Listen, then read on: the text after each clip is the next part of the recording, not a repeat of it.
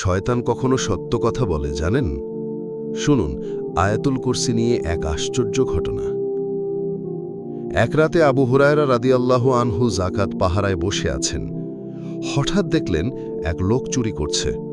তিনি ধরে ফেললেন। লোকটা কাঁদতে কাঁদতে বলল, আমি গরিব, আমার পরিবার না খেয়ে আছে, আমাকে ছেড়ে দিন।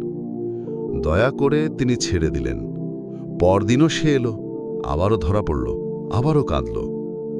তৃতীয় রাতে ধরা পড়তেই লোকটা বলল, আমি এবার তোমাকে এমন কিছু বলবো যাতে তুমি উপকৃত হবে। প্রতিদিন রাতে ঘুমানোর আগে আয়াতুল কুরসি পাঠ করবে। আল্লাহর পক্ষ থেকে তোমার জন্য একজন পাহারাদার নিযুক্ত হবে।